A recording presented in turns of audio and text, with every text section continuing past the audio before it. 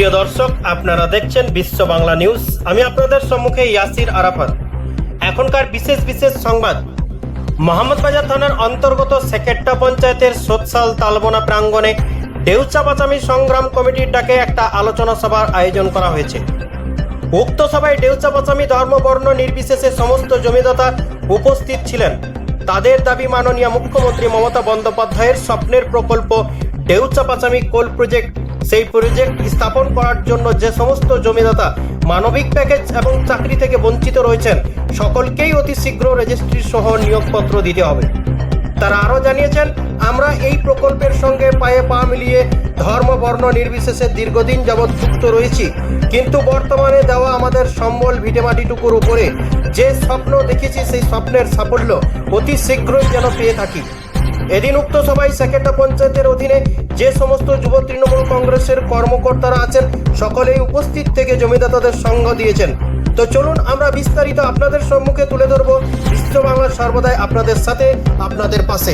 ধন্যবাদ। আমাদের বহু মানুষ ফর্ম জমা দেওয়া সত্ত্বেও, কাগজপাতি জমা দেওয়া সত্ত্বেও আমাদের কিন্তু 16 আনা মিল ছিল না। তার জন্য কাউরি ফর্ম নাম্বার 364, কাউরি 666, কাউরি 791, এরকম ফর্ম থাকা সত্ত্বেও সেই মানুষগুলো কিন্তু বঞ্চিত হয়ে আছে। কারণটা কি? তার 16 আনা মিল নেই। আমরা অনেক অফিসে এই বিষয় নিয়ে গিয়েছি, বা অনেক যে পার্টিকে ভালোবাসে সে পার্টির নেতাদের কাছেও গিয়েছেন। তাই তারা তাদের দিক থেকে যতদূর পেরেছেন দেখেছেন, চেষ্টাও করেছেন, কিন্তু কাজের কাজ কিছু আমাদের হয়নি। লাস্টে আমরা একটা সংগঠন তৈরি করি আর একটা গ্রুপ তৈরি করি। ওই গ্রুপ তৈরি করে আমরা একটা আন্দোলনের জন্য একটা মিটিং এই তালবনা পাহাড়ে সর্বপ্রথম আমরা শুরু করি। সেই তালবনার পাহাড় থেকে আন্দোলন করে যে 16 আনা রোজ, বা আমাদের ভুল ভাই বলে গেলেন, সেই 16 আনার কাজ কিন্তু আজকে আমাদের 80% হয়ে গেছে। এখানে বহু ভাই কিন্তু 16 আনা নিয়ে ভুগছিলেন, বহু ভাই জানেন তাদের কিন্তু 16 আনা মিল হয়ে গেছে। আছে এখনো 20% বাদ। সেই 20% আমাদের কিন্তু কথা দিয়েছেন। সেই 20% দাগ নাম্বার গুলা আমাদের ওখানে লিখছে। দাগ নাম্বার গুলা আপনারা লিখে দিবেন, আমাদের কিন্তু সে কাজটাও হয়ে যাবে। 20 দিন বা 25 দিন টাইম নিয়েছে। যদি না হয় তাহলে আরো বড় রকম আন্দোলন আমরা রোডে করতে হবে বা ডিএম অফিসে করতে হবে। সকলের সঙ্গে আলোচনা করে আমরা করব।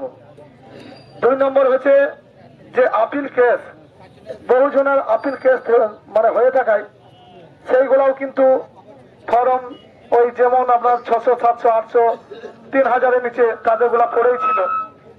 আর ওইভাবে পড়ে থেকে ক্যাবিনেটে যেতে পারলো না। তাদের ফর্ম আগে দেওয়া সত্ত্বেও তারা কিন্তু চাকরি থেকে বঞ্চিত হয়ে আছে। তাই আমাদের আপিল কেসও এখন বহু ভাই আমাদের এই আপিল কেস থেকেও মুক্তি পেয়েছেন। তাদের ফর্মও এখন প্রসেসিং এ চলে গেছেন। 15-20% বাদ আছে। সেটাও যদি কাউরি কেস নাম্বার থাকে আমাদের ওখানে টেবিলে লিখছেন, ওই এসে দিয়ে যাবেন। দেখবেন 20 দিনের মধ্যে, আপনাদেরকে কথা দিলাম 20 দিনের মধ্যে হয়ে যাবে। যদি না হয়, যে কথাটা বললাম, আমরা কিন্তু আন্দোলনের দিকে আরো বড় রকম আন্দোলন আমরা করব।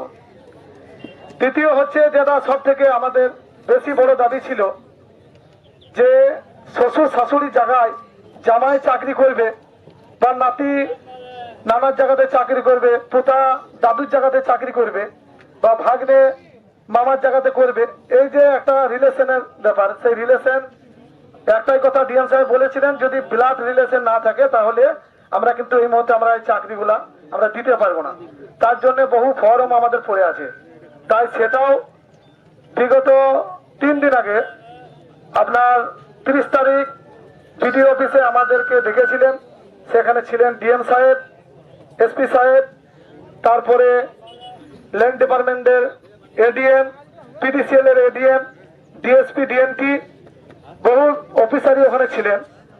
ওই ওনাদের থাকাকালীনে আমাদের ভিডিও কনফারেন্সে আমাদের পিপি সেলিম সাহেবের সঙ্গে আমাদের কথা হয়েছে।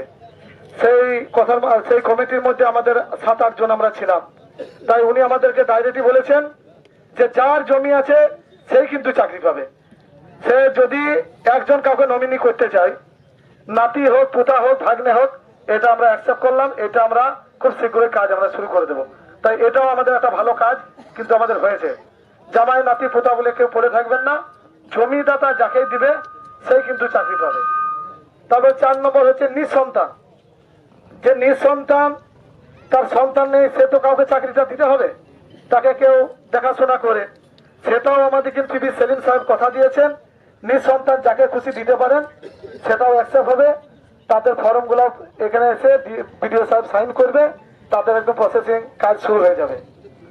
5 নম্বর কাজ হচ্ছে যে কম পরিমাণ জায়গা। এমন এক সময় বলেছিলেন যে যদি 5টা 6টা 10টা দাগে যদি কাউরি 1 শতক বা 2 শতক জায়গা থাকে, সেগুলো আমরা অ্যাকসেপ্ট করব না। তা আজকে সেটাও টিভি সেলিম সাহেব বা ডিএম সাহেবও বলেছেন যে হ্যাঁ আমাদের অলরেডি কাজ শুরু হয়ে গেছে। এখানে প্রমাণও আছে, রাজুর মনে হয় 10টা না 7টা দাগ ছিল, সেই দাগ কিন্তু ওদের পুরো প্রসেসে এখন জেলা পরিষদে ফর্মটা আছে, পুরো প্রসেসিং হয়েছে। তারপরে আর একটা দাবি ছিল, যদি কাউরি 10 বিঘে 20 বিঘে সম্পত্তি থাকে, সে তো পয়সাওয়ালা মানুষ বলেই তার জমির সংখ্যা অনেক। আমাদের কোনো ভাইয়ের ধরুন 10 কাঠা জমি ছিল, মেয়ের বিয়ে দিতে গিয়ে আমি 6 কাঠা বিক্রি করে দিয়েছি, বা আমার কোনো একটা বড় অসুখ হয়েছে, আমি আরো 3 কাঠা বিক্রি করে দিয়েছি। এবার আমার ধরুন বাবার ছিল জমি, বাবা মারা গিয়েছে, 3 ছেলে বা 4 ছেলে আছে, সেক্ষেত্রে তো জমির পরিমাণটা কমবে, 2 গুণা 3 গুণা 4 গুণা। সে গরিব মানুষটার তো জমির পরিমাণ কমাটাই স্বাভাবিক। তাই সে কথাটাও আমাদেরকে পিবি সেলিম সাহেব ডাইরেক্ট বলেছেন, যদি কাউরি 1 গুন্ডাও জায়গা থাকে, সে কিন্তু চাকরি পাবে। তাই এইটা শুনে আমরা খুবই খুশি হয়েছি। আমরা বলেছি আপনারা যখন আমাদের এইসব কথা আমাদের দিচ্ছেন, তাই আপনারা তাহলে আমাদের প্রসেসিং শুরু করুন। আমরা এটা 20 দিন বা 25 দিন আমরা দেখব। যদি আমাদের এইসব কাজগুলো আমাদের না হয়, যদি মুখের কথা হয়, যদি মন বুঝানো কথা হয়, তা আগামী দিন আপনারা যদি সাথে থাকেন, তাহলে ওই ডিএম অফিসে বারবার আমরা গ্রুপ থেকে একটাই কথা শুনি যে ডিএম অফিসে ধর্ণা দিতে হবে, ডিএম অফিসে ধর্ণা দিতে হবে। তা ভাই, আমরা আজকে 4,500 লোক এগুলো বঞ্চিত আছি, তাহলে আজকে এখানে আমরা 8 থেকে 900 লোক হবে, তাহলে এই 8 থেকে 900 লোক কেন আমরা হবো? আমাদের তো কমসে কম 2000 লোক হওয়া দরকার। তার মধ্যেও আমাদের সকলকে কিন্তু গ্রুপে গ্রুপে বলা হয়েছে।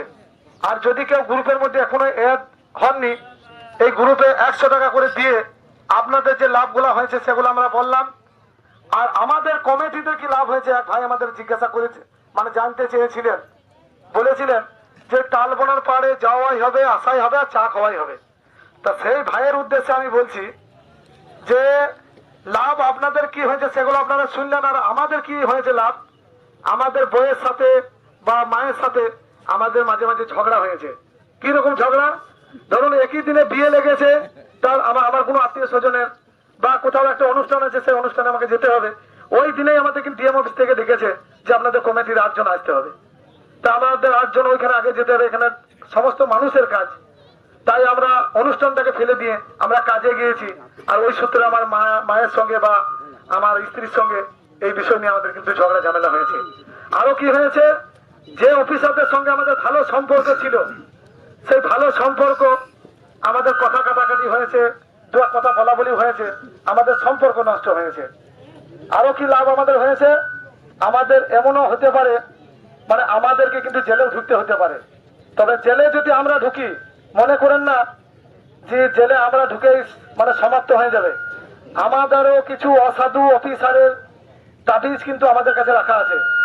তাবিজ বলেন বা মাদুলি বলেন, সে রাখা আছে। যদি আমরা আজ ঢুকি, সেই অফিসারদেরও কিন্তু 10 দিনের মধ্যে তাদেরও আমাদের পিছু পিছু তাদেরও জেল খাটা কিন্তু শুরু হবে।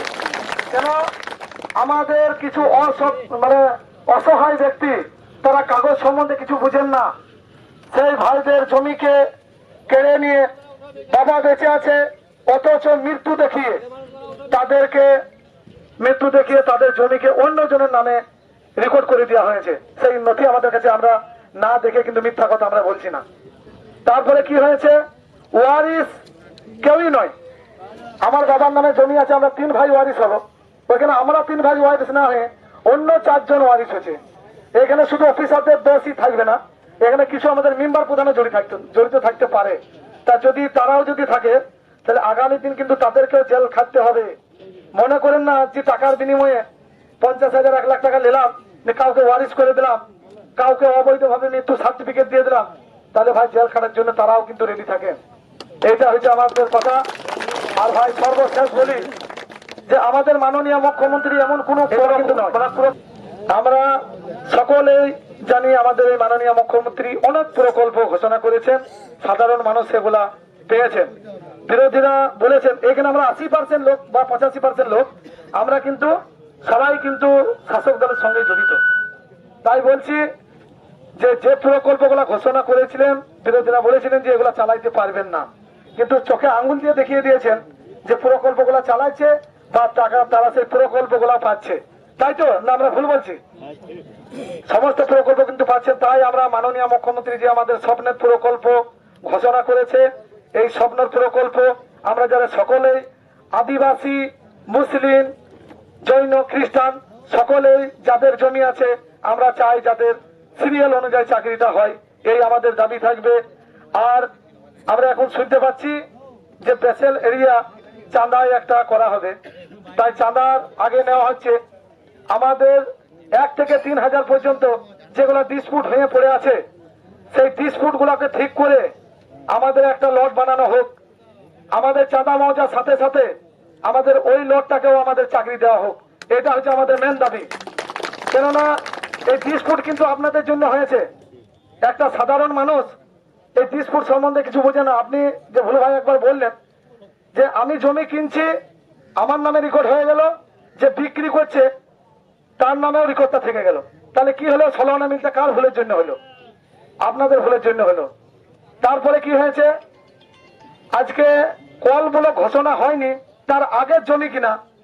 তাহলে আমার এক ভাই জমি কিনে রেখেছে, আমি আমার বাবার জায়গা থেকে চাকরি পাবো। আমার যে ভাই জমি কিনা আছে সে ভাই আমার জমি থেকে আমার ও তার নিজের জমি থেকে চাকরি পাবে, তার পরিবার আলাদা আছে, তাহলে তাকে আলাদা করে রাখা হয়েছে। তাই আমরা বলবো তাদেরটাও যাতে মানে সমান অধিকার পায়, সেই ভাইরাও যেন চাকরি পায়, তাদের ফর্ম নাম্বার, জমি রেজিস্ট্রির দলিল দেখে তাদেরকে চাকরি দেওয়া হোক। এটা হচ্ছে আমাদের দাবি।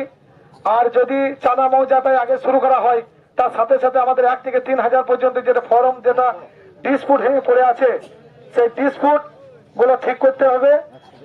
আর একটা কথা, 21 সালে যে আমাদের যে দিদি যেটা আমাদের ঘোষণা করেছিলেন সেই 21 সালের টাকার মূল্য আর আজ 25 সালের টাকার মূল্য কিন্তু এক নয়।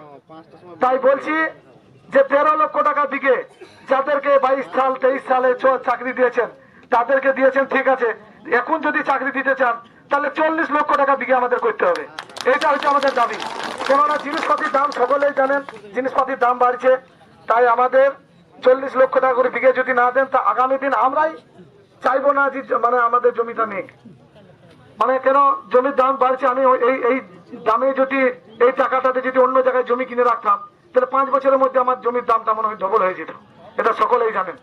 তাই ভাই আমাদের মাননীয় মুখ্যমন্ত্রীর স্বপ্নের প্রকল্প খুব ভালো, আমরা চাই স্বপ্নের প্রকল্প হোক, তবে আমাদের সকলেরই চাকরি হোক, আদিবাসী, জৈন, খ্রিস্টান সকলেরই চাকরি হোক। এটা আমরা বারবার বলছি, কাউকে যাতে বঞ্চিত না করা হয়। আর কিছু অফিসারদের উদ্দেশ্যে বলবো, আপনি আপনার অফিসে গেলেও মানুষকে যা দূর দূর করে তাড়িয়ে দিবেন না। আপনাদেরকে বলছি আপনারা মাননীয় মুখ্যমন্ত্রীকে দেখে শিখুন যে একটা গরিব মানুষের বাড়িতে নিয়ে তার কি আছে না আছে জিজ্ঞাসা করছে, আর আপনি 4 টাকার অফিসার হয়ে আপনি মানুষকে দূর দূর করে তাড়িয়ে দিচ্ছেন। এগুলো বন্ধ রাখুন। আর না হলে কিন্তু যে অফিস থেকে এরকম করবে সেই অফিস কিন্তু আগামী দিন আমরা কিন্তু সকল জমিদাতা মিলে আমরা ঘেরাও করবো, এটা আমি বলে রাখছি। এই বলে আমি আর মার্চের মধ্যে আমরা চাইবো সমস্ত জমিদাতাদের একটা জমি নিয়ে আমাদের চাকরি দেওয়া হোক, আর না হলে আমাদের কলগুলো খুলে দেওয়া হোক।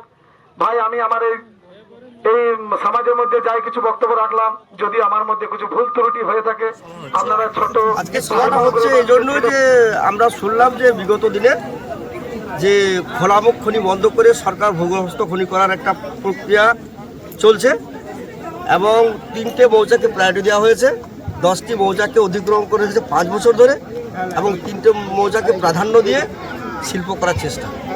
আমরা শিল্পের পক্ষে আছি, শিল্প হোক, কিন্তু এখানে যে 10টি মৌজাকে খাপ ছাড়া জমি কিনে আজকে জমিদাতা এবং প্রশাসন দুজন নিয়ে আজকে সমস্যায় পড়ে আছে। সেই সমস্যা সমাধানের একটা রাস্তা তৈরি করার এখানে একটা মানে জনসভা তৈরি করা হয়েছে। এখানে আছে চাকরি প্রার্থী এবং জমিদাতা, এবং সকলেই বৈধ জমিদাতা। আমরা চাইছি যে যদি শিল্প চাঁদা মৌজাকে নিয়েই হয়, তাহলে আজ 5 বছর এইভাবে 10টা মৌজাকে অধিগ্রহণ করে রাখা হলো কেন? আর শিল্প যদি একটা মৌজা ভিত্তিক হয়, তাহলে খাপ ছাড়া জমি নিয়ে সমস্ত মৌজাকে নষ্ট করে দেওয়া হয়েছে। তাই আমাদের এখানে আন্দোলন হচ্ছে একটাই, যে 2025-এর মধ্যে সমস্ত জমিদারদেরকে চাকরি দিতে হবে। নচেত যদি চাঁদাকে নিয়ে যদি সরকার শিল্প করার চেষ্টা করে, তাহলে বাকি সমস্ত ব্লকগুলোকে খুলে দিতে হবে। সরকার একটা পন্থায় আসতে হবে। আর নচেত আমাদের মাত্র 20 দিন আমরা সময় দিলাম। এই 20 দিন সময়ের মধ্যে এই বঞ্চিত যে দাগগুলো বা মৌজাগুলো আছে, তাদের যদি প্রসেস বা প্রক্রিয়া শুরু না হয়, তাহলে আমরা বৃহত্তর আন্দোলনের দিকে যাব। মোট কতগুলো মৌজা ধরা হয়েছিল প্রথম? 10টি মৌজা। তার মধ্যে কোন কোন মৌজাকে এখন প্রায়োরিটি দেওয়া হচ্ছে? প্রধান প্রায়োরিটি দেওয়া হচ্ছে চাঁদা মৌজা আর 1 নম্বর ফেজ। চাঁদা মৌজাটা পুরো নয়, 1 নম্বর ফেজকে বেসেল এরিয়া যেটাকে ঘোষণা করেছে। আমরা চাইছি যে খোলামুখ হোক, আর খোলামুখ যদি নাই হয়, ভূগর্ভস্থ যদি খনি হয়, তাহলে সমস্ত মৌজাকে যে অধিগ্রহণ করা ছিল তাদের জমিনে আগে চাকরি দেওয়া হোক। অবশ্যই প্রসেস চালু হোক, প্রথম পর্যায়ের কাজ অবশ্যই চালু হোক, কিন্তু আমরা দেখতে পাই যে বাকি 7টা মৌজার জমিদারদের কাজও চলছে এবং তাদেরকে চাকরি দেওয়ার প্রক্রিয়াও চলছে। আজকে কি সিদ্ধান্ত নেওয়া হলো? আজকে সিদ্ধান্ত নেওয়া হলো যে প্রথম পর্যায়ের কাজ শুরু হোক। আমরা শিল্পের পক্ষে আছি। শিল্প হলে আমাদের ব্লকের, আমাদের এলাকার উন্নয়ন হবে। আর মাননীয় সিএম স্যার যা ঘোষণা করেন, সেই ঘোষণা অনুযায়ী উনি কাজ করেন, এবং প্রত্যেকটা মানবিক প্যাকেজ থেকে আরম্ভ করে উনি যত প্রকল্প চালু করেছেন, প্রত্যেকটা প্রকল্প কিন্তু তিনি বাস্তবায়িত করছেন। এটাও আমরা ভরসা রেখেছি ডিপি স্কুল ব্লকের যে সমস্ত মানবিক প্যাকেজ ঘোষণা আছে আমরা প্রত্যেকটাই পাবো, কিন্তু এই পেতে বিলম্ব হচ্ছে, এটাই আমাদের দুঃখের কারণ। আর শিল্প হোক, আর শিল্প যদি শুধু বেসেল এরিয়া ঘোষণা করেই শিল্প যদি হয়, ভূগর্ভস্থ শিল্প হয়, তাহলে মার্চের মধ্যে আমাদের সমস্ত ব্লক খুলে দেওয়া হোক। কারণ আমরা আর 14 লাখ টাকায় জমি বেচতে নারাজ। আমরা যদি মার্চের পরে যদি অধিগ্রহণ করা হয়, আবার যদি জমি রেজিস্ট্রি হয়, তাহলে নতুন বর্ধিত মূল্য সংযোজন করে আমাদের জমি নিতে হবে। আর মার্চের আগে যদি প্রসেস হয়ে যায় এই 10টি মৌজা, তাহলে আমরা যে মানবিক প্যাকেজ আছে সেই প্যাকেজতেই আমরা খুশি। আপনার নাম? আমার নাম মিনাজউদ্দিন বিমান। আপনি? আমি একজন জমিদাতা, আমার স্ত্রী জমিদাতা। আপনাদের সমস্যার নাম মিললে পরের পদক্ষেপ আমরা কি আপনাদের? আমরা এখন 20 দিন অবধি টাইম দিলাম। তারপর? 20 দিনের মধ্যে আমাদের যেগুলা বিভিন্ন রকম যে ডিসপুট হয়েছিল সেইগুলা ফর্মগুলা প্রসেসিং করা, বা আরও যে জামাই নাতি যেগুলা ফেলে রেখে দেওয়া হয়েছিল, 1 গুন্ডা জায়গা ফেলে রেখে দেওয়া হয়েছিল, সেইগুলাকে দেখবো। যদি আমাদের ঠিকঠাক কাজ চলছে তাহলে ভালো কথা, আর না হলে 20 দিন পরে আবার আমরা যেমন ডেকেছি আজকে, সেরকম এইখানে না ডেকে আমরা অন্য অফিসে ডাকবো, পুরো ডিএম অফিসে ডাকবো, বা রাস্তায় বসে ডাকবো। আজকে আপনাদের যে সিদ্ধান্ত হলো সেটা কি প্রশাসনের কাছে জানানো হচ্ছে? হ্যাঁ, আমরা জানিয়েছি। আমরা আমাদের ডিএম সাহেবকেও জানিয়েছি, ওই পিবি সেলিম সাহেবকেও জানিয়েছি, কিছু রাজনীতির যারা নেতৃত্ব দেন তেনাদেরকেও আমরা জানিয়েছি। আর এতে আমাদের জানানো একটা দরকার আছে যে আমরা অনেক পার্টির লেভেলেও আমরা জানিয়েছি, তবে আমাদের কালিদা আমাদের সঙ্গে সাথ দিয়েছে। যদি একবারে বলি যে না আমাদের সঙ্গে কখনোই সাথ দেয়নি, সেটা ভুল হবে। আমাদের সঙ্গে সাথ দিয়েছে, যেখানে যা বলার বলেছে উনি। আর আজকে আমাদের যে সোমনাথের টিম একটা আছে, সে তারাও আমাদের সঙ্গে, আমাদের এই কমিটির যে একটা সততার দিকে, আমাদের কোনো কাউরি পক্ষে বিনা কারণে যে জমি নাই অথচ চাকরির দাবি, সেটা আমরা করিনি, সেটা ওরা জানে। তার জন্য আমাদের সঙ্গে আজকে সমর্থন করে ওরাও আজকে ওদের সমস্ত ছেলেপিলে নিয়ে আমাদের পাশে দাঁড়িয়েছে। তার জন্য আমরা খুবই আনন্দিত। আগামী দিনে চাইবো যেন এভাবে থাকে। আমাদের এলাকার মেম্বার ও সমস্ত ওই পঞ্চায়েত সদস্যরাও এসেছিল। আপনার নাম? আমার নাম হাবিবুল শেখ, আপনি? গ্রাম সোৎসা। আপনি? আমি মানুষের পাশে থাকার জন্য এখানে এসেছি। কি সিদ্ধান্ত নেওয়া হলো এই সভা থেকে? এই সিদ্ধান্ত নেওয়া হলো যে আমরা 30 তারিখে মাননীয় ডিএম সাহেব বা এসপি সাহেব বা ভিডিও কনফারেন্সে পিবি সেলিম সাহেবও ছিলেন। তা উনি আমাদেরকে একটা কথা বললেন যে আপনাদের যাদের 1 গুন্ডাও জায়গা আছে তাদেরকে চাকরি দেওয়া হবে, বা জামাই নাতি পুতা ভাগনা বলে বিভিন্ন রকম ডিসপুট দেখিয়ে কিছু ফর্মকে ফেলে রাখা হয়েছিল। তাই ওনারা সেদিন এই কথাটাও বলেছিলেন যে এইগুলা আমরা সকলেই এগুলা প্রসেসিংয়ে নিয়ে আসবো, আর এদের কিন্তু কাজ হবে। তার জন্য সেই কথাগুলাই আমরা আমাদের যে কমিটির যে 2000 লোক আমরা আছি, সেই তাদের সামনে আমরা এই কথাগুলো আমরা তুলে ধরলাম। এটা হচ্ছে আমাদের মেন পয়েন্ট। আর আরও ছিল কল ব্লক শুরু করার জন্য আমাদেরকে বারবার বলেছেন যে কল ব্লক আমাদের প্রথম ফেজের কাজ স্টার্ট হোক।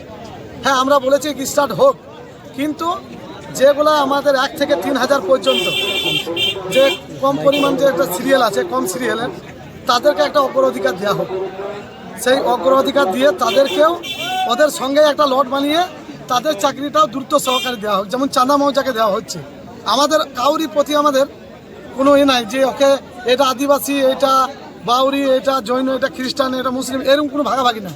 আমাদের যাদের জমি আছে সকলকে চাকরি দেওয়া হোক, এটা হচ্ছে আমাদের মেন দাবি।